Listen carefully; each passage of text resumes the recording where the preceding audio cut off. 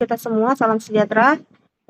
Yang terhormat Ibu dosen pembimbing kami Siti Anissa, kami dari kelompok 3 ingin mempresentasikan tugas besar dengan judul perilaku individu. Saya Irna Belita yang berita dan rekan saya Abigail Sylvia Ninggolan. Baik, slide berikutnya. Pendahuluan. Dalam dunia organisasi, keberagaman individu adalah hal yang sangat penting. Memahami perilaku individu setiap anggota tim dapat menciptakan dinamika kerja yang lebih baik, dengan mendorong kerjasama yang baik juga. Dengan pengolahan yang baik, perbedaan ini dapat menjadi kekuatan yang mendorong inovasi yang meningkatkan kinerja organisasi secara keseluruhan.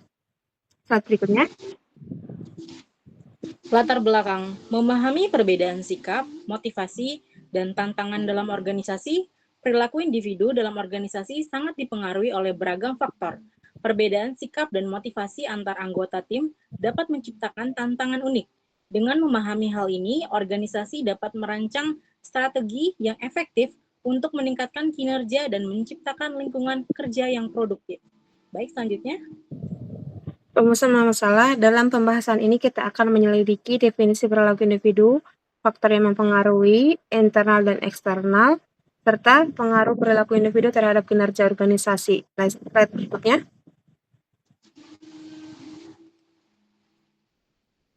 Tujuan dan manfaat. Menjelaskan tujuan akademik dan manfaat praktis dalam perilaku individu, memahami tujuan akademik dalam mata kuliah perilaku organisasi sangat penting untuk meningkatkan efektivitas kerja. Selain itu, manfaat praktis dari penerapan konsep perilaku individu di lingkungan organisasi dapat mempengaruhi kinerja dan motivasi karyawan, menciptakan suasana kerja yang lebih harmonis dan produktif. Selanjutnya. Pengertian perilaku individu adalah kompleksitas interaksi antara karakter, kepribadian dalam lingkungan. Dalam organisasi, perilaku ini mempengaruhi produktivitas dan suasana kerja. Dengan memahami pengertian dan faktor yang mempengaruhi perilaku tersebut, manajemen dapat merumuskan strategi inovatif dan kreatif apa yang dapat meningkatkan kinerja tim tersebut. Slide berikutnya. Faktor internal memiliki pengaruh kepribadian, kemampuan, dan sikap seseorang dalam organisasi. Faktor internal memainkan peran penting dalam menentukan efektivitas individu di tempat kerja. Kepribadian, kemampuan, dan sikap masing-masing karyawan akan memengaruhi cara mereka berinteraksi, berkontribusi. Pentingnya memahami elemen-elemen ini membantu organisasi dalam merancang strategi yang dapat meningkatkan kinerja dan kepuasan kerja. Selanjutnya. Faktor eksternal itu berkaitan dengan faktor kepemimpinan yang efektif yang diciptakan, budaya organisasi yang positif tentunya akan mempengaruhi perilaku individu tersebut. Slide berikutnya.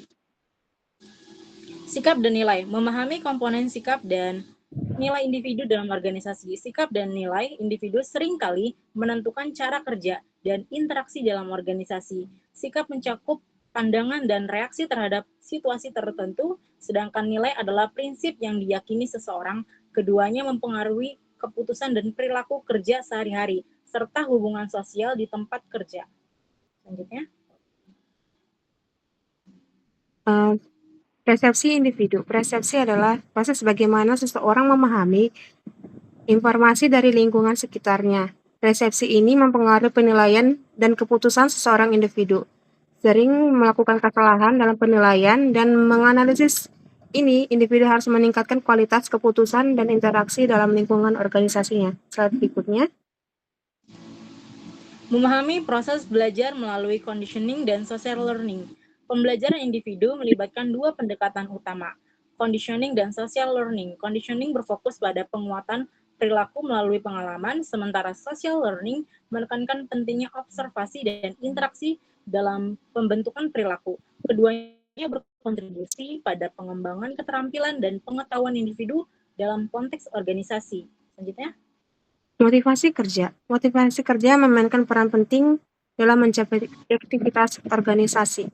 Teori Maslow menekankan pentingnya memenuhi kebutuhan individu menjadi dari dasar hingga puncak, dan membedakan faktor pemuas dan penghambat yang mempengaruhi keputusan tersebut agar lebih efektif dengan meningkatkan motivasi kinerja karyawan. Slide berikutnya.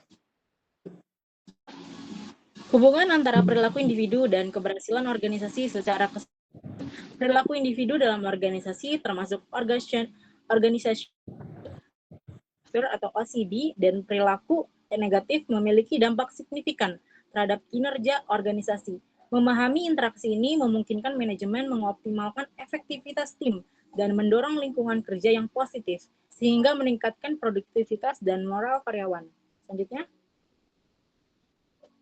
Strategi pengolahan perilaku individu melalui rekrutmen, pelatihan, dan motivasi. Untuk mencapai kinerja bisnis yang optimal, organisasi perlu menerapkan strategi pengolahan perilaku individu yang mencakup proses rekrutmen selektif, pelatihan yang berbasis kebutuhan, dan membentuk perilaku yang positif dan kondusif di lingkungan kerja. Slide berikutnya.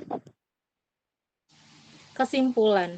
Inti pembahasan perilaku individu dalam organisasi. Dalam rangkaian pembahasan ini, kita telah memahami bahwa perilaku individu mempengaruhi efektivitas organisasi secara signifikan. Faktor internal dan eksternal berkontribusi dalam membentuk perilaku kerja, sementara manajemen berperan penting dalam memfasilitasi hubungan yang positif dan produktif di lingkungan kerja. Selanjutnya, Saran, dalam rangka meningkatkan efektivitas organisasi, penting bagi manajemen untuk menyusun strategi yang mendukung pengembangan individu. Organisasi harus memberikan pelatihan dan dukungan, dan karyawan perlu aktif berpartisipasi dalam pengambilan keputusan yang menciptakan lingkungan kerja yang lebih baik dan positif. Sekian presentasi kami, kurang lebihnya kami minta maaf. Terima kasih. terima kasih.